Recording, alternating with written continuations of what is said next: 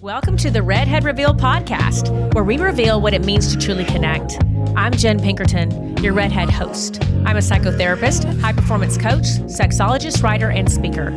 As a connection expert, I help people transform by exploring the root causes and beliefs and behaviors that hold them back. Let's talk about living a life where you thrive. Okay, welcome to the Redhead Reveal podcast today. I've got Lauren LaRusso on, and Lauren is a psychotherapist and consultant who specializes in helping people heal from infidelity.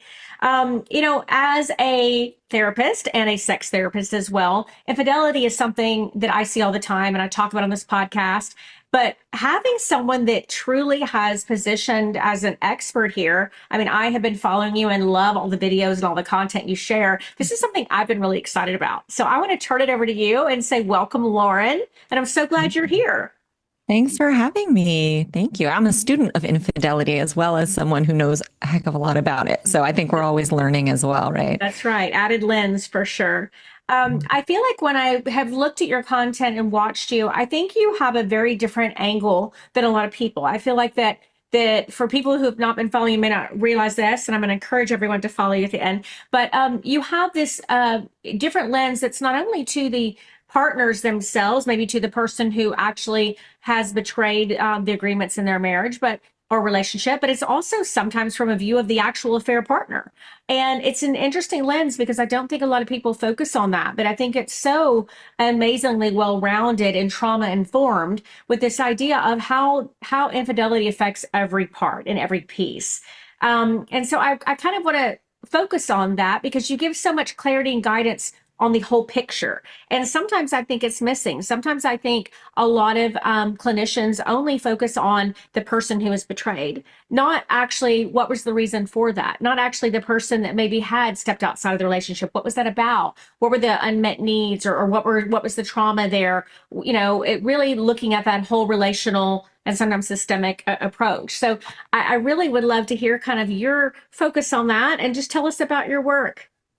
Yeah, thanks. So my work is well-rounded for that reason that I think we do need everyone's perspective who's involved and affected to actually help ourselves figure out how to move forward, how to heal, and really how to make sense of this experience that's so complex.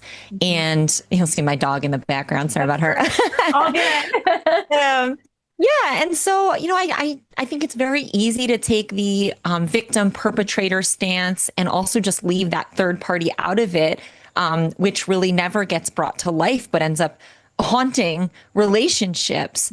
And so I felt like it really did better service to everybody to have exposure to each voice, each perspective, each part, even though it's a lot harder, it's a lot more confronting, it's a lot more maybe triggering, activating, I'll say. And it takes a little bit of courage to sit with the reality that there's three people involved, like real people, because I think what happens with infidelity is the betrayed is always the victim, which they are, of the affair itself. The perpetrator, something's wrong with them or they're just a big jerk. And then the affair partner is just like a home wrecker.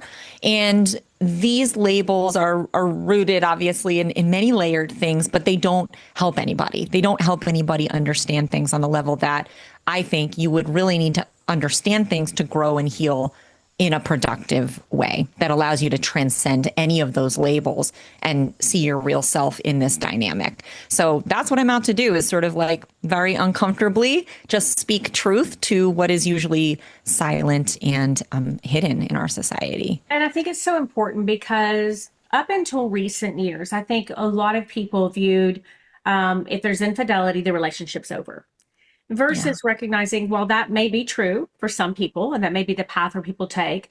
There's also a psychoeducation around a more complex, deeper issue around infidelity. And I think that now people are more open-minded to understanding that and learning from it, even if, whether it means the relationship heals and sustains and moves forward, whether it means the relationship ends. But even regardless, there's this idea of if it does end, there's still so much work to be done. And to understand that. And I think that before maybe recent years, infidelity was looked at in a little bubble. And it was very simplistic. This person cheated, we're done. And I like the fact that there's more work focused around understanding the bigger picture and how it affects relationships, how to integrate that affair into into the relationship going forward, because it's never going to, leave your mind. It's going to be there. It's going to be part of that relationship. It's part of the story of that relationship. And I think that there's some reticence sometimes to do that. There's this idea of it's happened and we're going to forget it ever happened, which then does not promote any sort of way to healthily move on from that. So I'd like to kind of hear you speak to that aspect as well, please. Yeah, that's part of why this work is so necessary and important. Infidelity is experienced so much more than it's talked about and dealt with. Mhm. And the reason for that is this huge shame stigma that something is wrong with you. Something is wrong with your partnership or your partner if this happens. Now, that certainly may be true, and that's why it's so important to dig underneath what got you there, right? It's like, okay, marriage 1.0 got us here. Marriage 2.0 would be uncovering some of those things to be productive and understand ourselves and this relationship better. That being said, when we have this shroud of secrecy around infidelity, which we have, we don't realize how many people do stay together through infidelity. How many marriages that celebrate this success of longevity have gone through some betrayal, whether by one or both people in some form, emotional, physical, both. This is the reality of a long marriage, and we're living longer than ever. And it doesn't mean that every marriage has some kind of betrayal in it. But what happens is we look at other people just from the outside Mhm. and we believe that they have never endured anything like this. So then when it happens to us, we keep it silent. We keep it inside and we think, I have to protect my relationship and myself because if I tell anybody about this, the immediate response is going to be, well, kick them to the curb, leave. How could you belittle yourself by staying with somebody who would do something like that to you? It reflects poorly on you as the partner, as if you have no self-respect or self-worth. And it reflects poorly on your partner, whom you may want to have the right to stay with without all of that judgment as well. Exactly. And so we keep it, we keep it to ourselves as self-protection because of the stigma. And then the stigma perpetuates because it's kept secret. So, I mean, God, I would love to see a more accurate reflection. I don't know that we'll ever get there. But the truth is that, some of the divorces we see happen because of infidelity, some don't. Hmm. But a lot of the marriages that we see that are very, very long have endured some kind of infidelity, which no one will probably ever speak openly about. So I think that we need to understand the truth about what this is to allow ourselves to even have more options Right. than just staying or going. I think it's everybody's belief that if they're betrayed in a relationship, that is the deal breaker.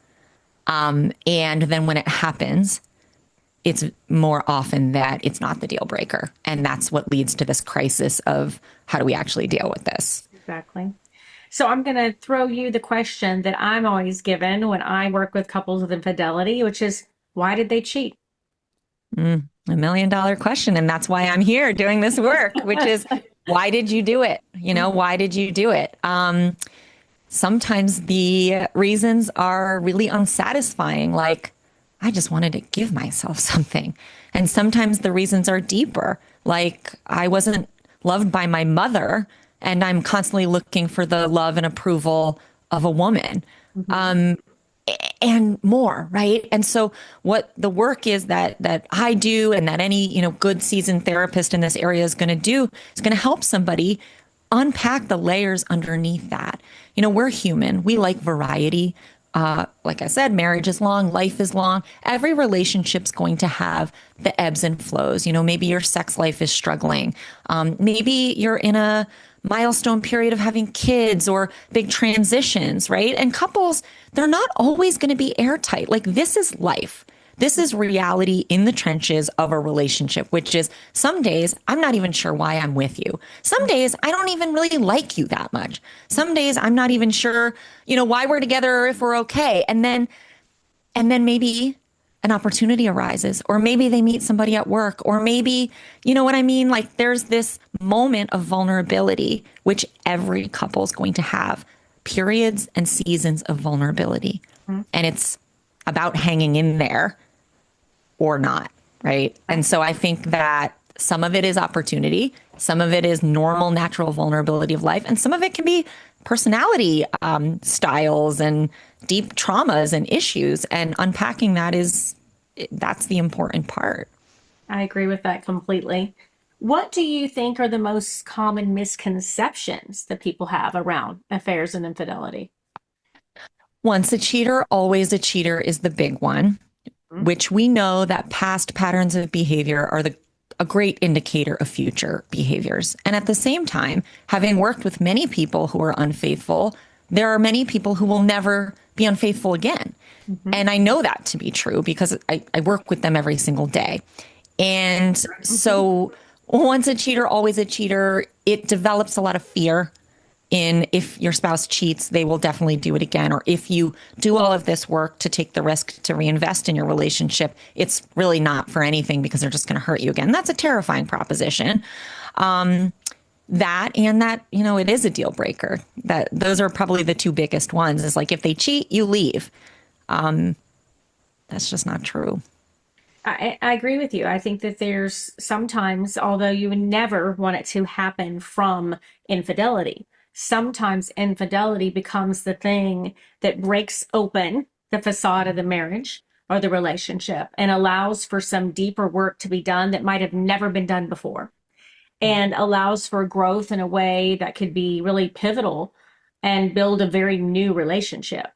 Although it Yeah, would have been much preferred to do that without infidelity being the cause. But I yeah, think that much that's prefer. important to see that perspective, so it's not totally 100% this shame-based negative stigma that no one can survive from.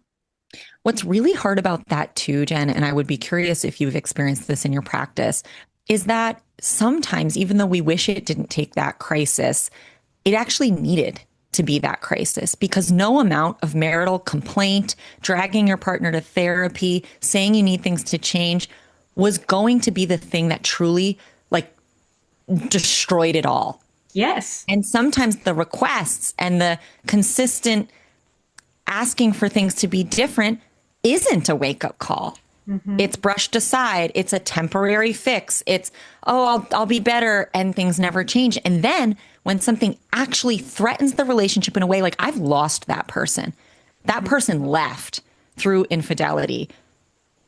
Well, now we're either building something new or we're destroyed.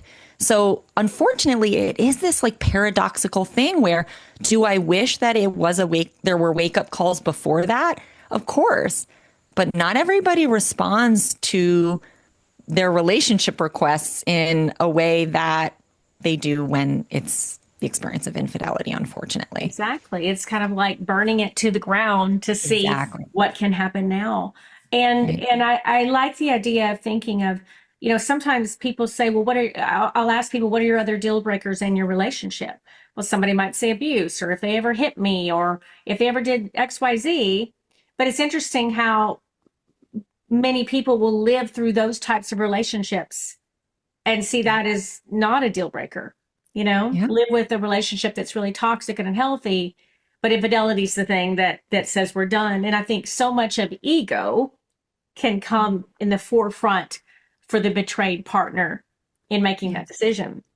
I think It's it's optics important to as separate that. well. Yes, for Shame. sure. Yeah. So I think And it's an interesting study.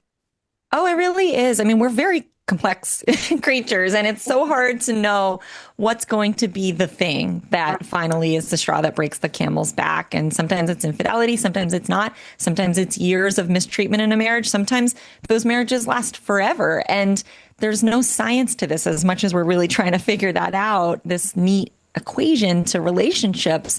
They're very complex. I think that infidelity itself is such a trauma that it can be extraordinarily hard to quote unquote get over. So like if you're mean to me or you're verbally abusive and abuse is no, we don't tolerate abuse, but but we can like find ways to modulate that and shape shift in our life in a way where Rationalize it. exactly like that's a little bit more of like the slow drip of deterioration. The Yeah. revelation of infidelity is like you took the things that we were supposed to only have together and you brought them to another place without my knowledge and awareness. So it's like twofold. One is the trauma of like seeing your spouse be with somebody else, which is something that they're supposed to only do with you, whether it's emotional, physical, or both. Right. That's a vision that many people just can't get past, honestly. And that makes it that traumatic deal breaker. And then there's also the idea of, and you lied to me, right? And now I can't even trust you Mm-hmm. because whereas like when our shit show was contained inside of our house, at least it's our shit show.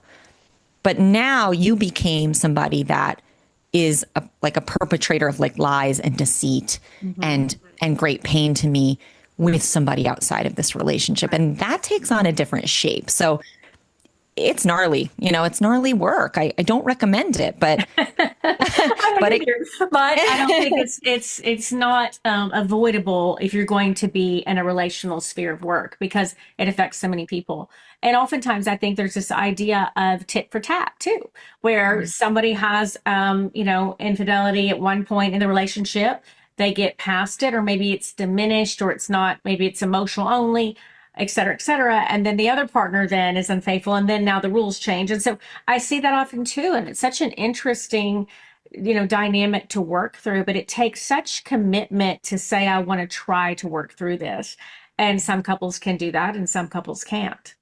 yes, it's so hard. I think that all of us want to tell ourselves the story that like we've moved on, right? Or we've healed. And then when you become the betrayer in the relationship after you've been betrayed, you realize, maybe you were holding this unfinished business that they got something that you never got. Right. You didn't get to have that experience and that freedom that they allowed themselves. And it's a settling of the score, even though no one would overtly ever acknowledge that that Right. act it's evening the playing field. And sometimes trauma is just such an influence, unresolved trauma and unresolved pain, that sometimes the infidelity has very little to do with that relationship, although it causes extreme pain in the relationship.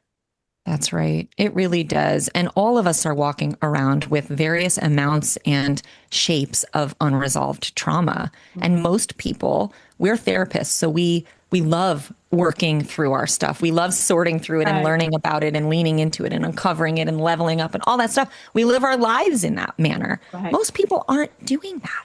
Most people are trying to forge a life where they get by, they develop some amount of success, they build a family, they do all the things they're supposed to do. They're Mhm. not in the trenches, like doing the deep dive on themselves. And even if they are, they could be, they could succumb to infidelity. But most people aren't walking around doing their healing work. Most people are walking around with a lot of unconscious stuff that then renders them, I never thought I'd be the person who was unfaithful. Exactly. What do you think, or how do you suggest to clients the best way to rebuild that broken trust in a relationship?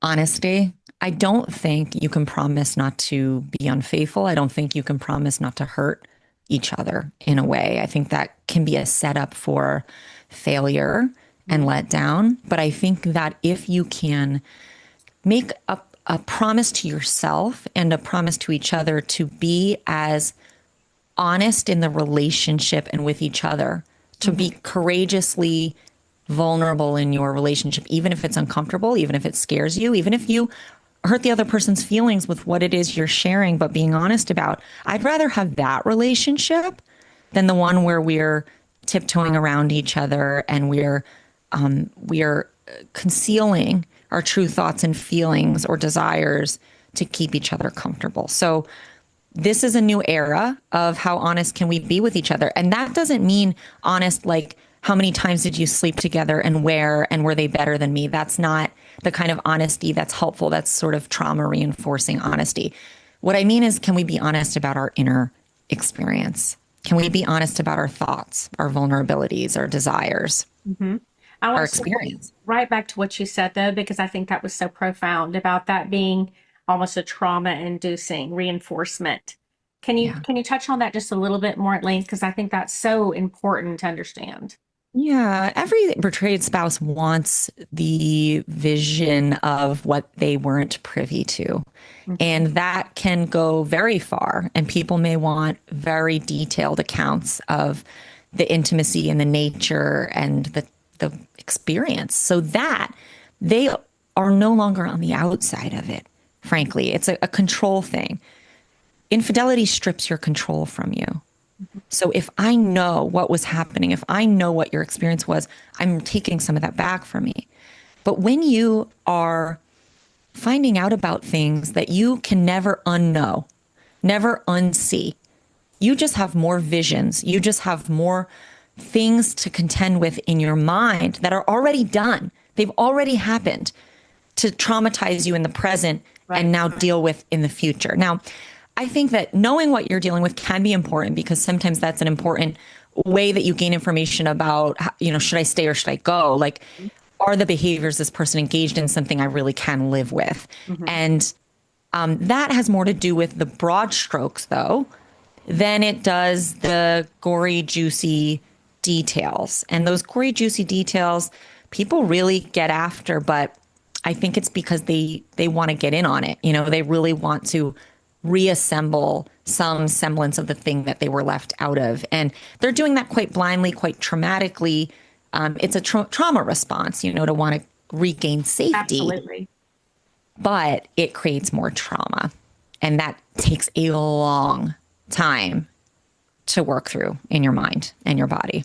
And that timeline is so different for each person. And it does depend on how much emotional safety can be established in that relationship afterwards. So it's Yes. such an unknown. And oftentimes people come in for, to get help and they want a known. And it is an unknown. It's so individualistic.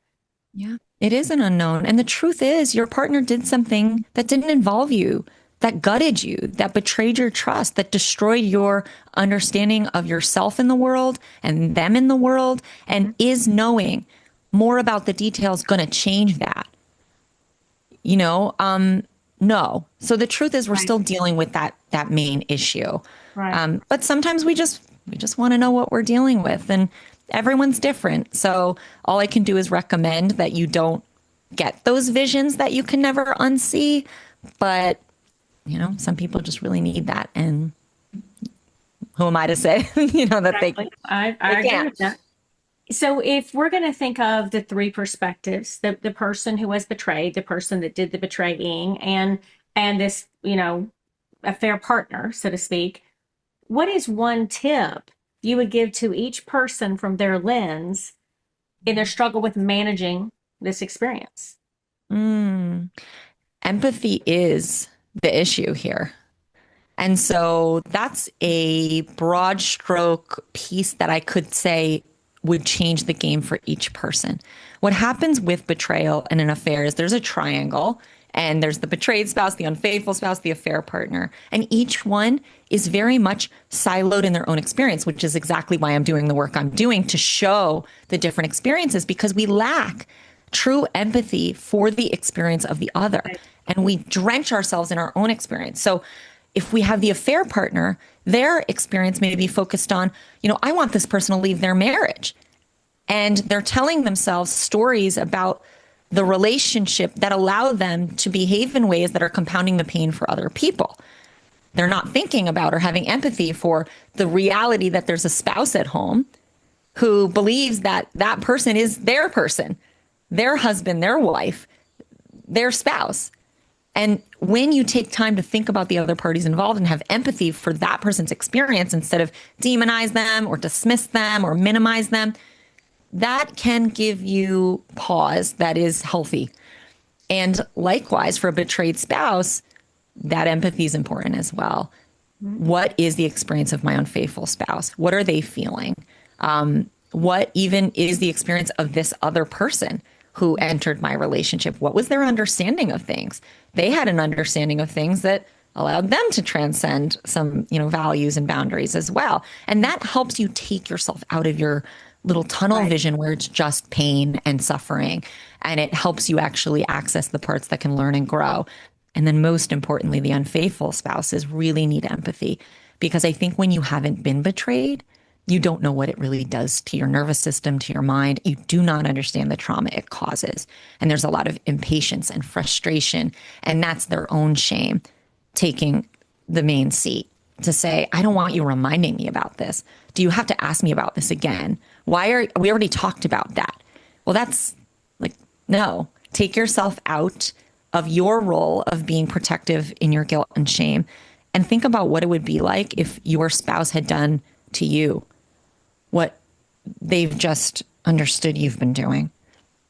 You would not be doing very well. You wouldn't be doing very well. So empathy is everything. Empathy and humility is everything. I love that answer. I really do. What do you think? How do you think your experiences, as you say that you have that lens, how do you think that shaped this work?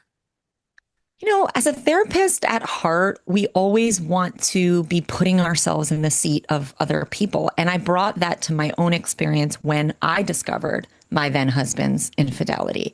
Obviously, I was in shock. I was gutted. I was completely destroyed by it. But once I started to gather myself more, I went into that fact finding mode of let me learn about what this is that I'm dealing with. Let me learn about what he might need. Let me learn about what we might need. Let me learn about what I might need. And even though my marriage didn't work out and we ended up getting divorced, I went through all of my own healing on my own, dug deep, and I learned everything I could about what it takes to heal mind, body, heart, rebuild your life, rebuild yourself, and learn those lessons that you need to learn.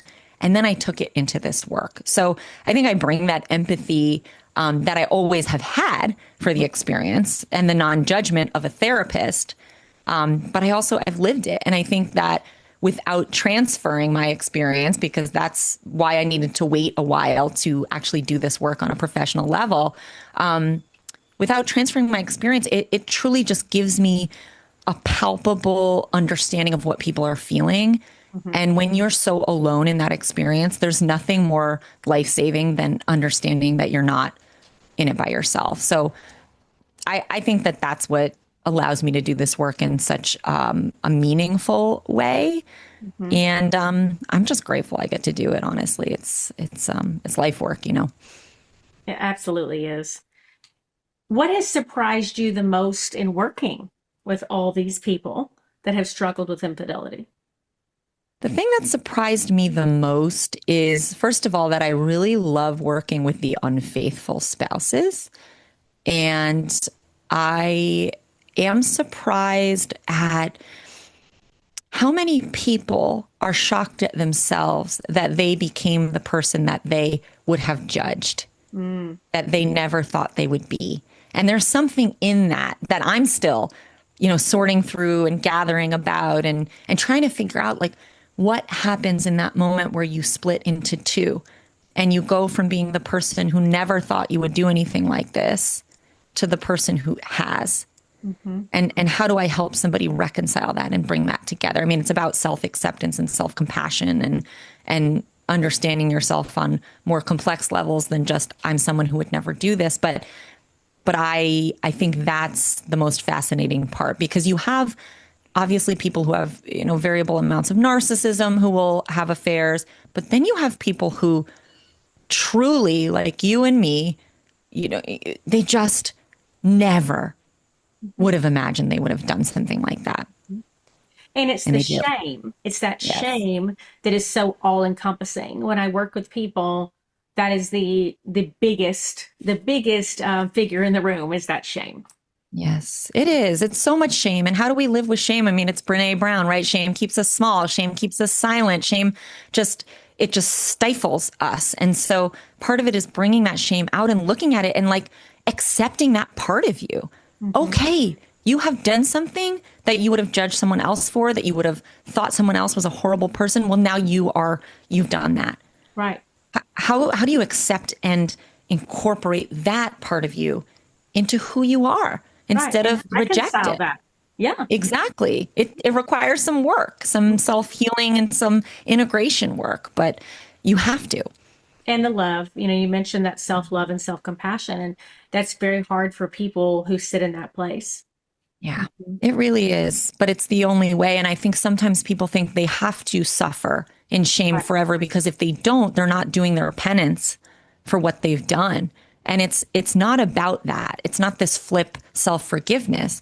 It's about earning it back within yourself to understand yourself in a more holistic way than you did before. And to incorporate it means to see yourself as all parts, not just what you've done, not just the bad, and not just the good, not the person who's an angel who would never do something like that, as Right. someone who's human, who's complex. That's more realistic. I agree completely on that. What is next for you in terms of all of this? I feel like that you are so deep in this world and you're doing such an amazing job in educating and giving that psychoeducation and different viewpoints as well. What is next for you? Well, thank you. I'm just going to keep doing what I'm doing. I've got so many different branches of education through social media and Substack.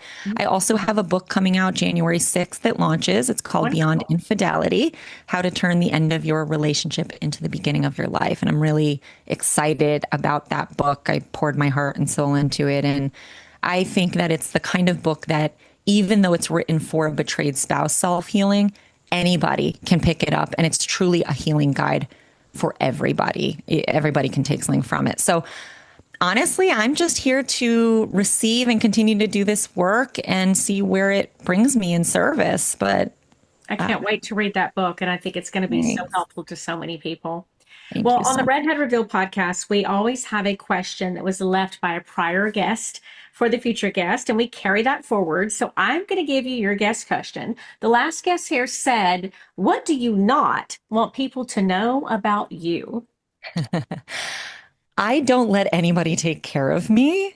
I refuse because I'm probably a little bit controlling and Hyper independence. yeah, hyper independent for reasons that, are dug into in therapy. So I'm hyper independent. I don't let anyone take care of me, and I will take care of other people in ways that I would never allow somebody else to take care of me. So Got that's it. something that most people don't, I don't really lead with. But I love that Sometimes, transparency, and thank you for giving that to us today. What of is the course. question you'd like to leave for a future guest? Yes. What is the greatest hardship you've experienced that turned into the biggest lesson that you have Oh, experienced? that's good. That's good. Okay, I'll be excited to see what someone does with that Me question. too. Me This has too. been Thank so you. great, Lauren, to have you here on the podcast. And thank you for answering some questions and dispelling some myths and giving us some great psychoeducation to help people. I will continue to follow you, and I'm going to share that with everybody here that listens Okay. and watches so that they can do the same. Thank you so, so much. And I just want everyone to know that if you're dealing with infidelity, whatever your role, you are not alone in more ways than you will ever know. So thank you so much for having me on for this conversation. Absolutely. All right. Thanks. Bye bye. Bye.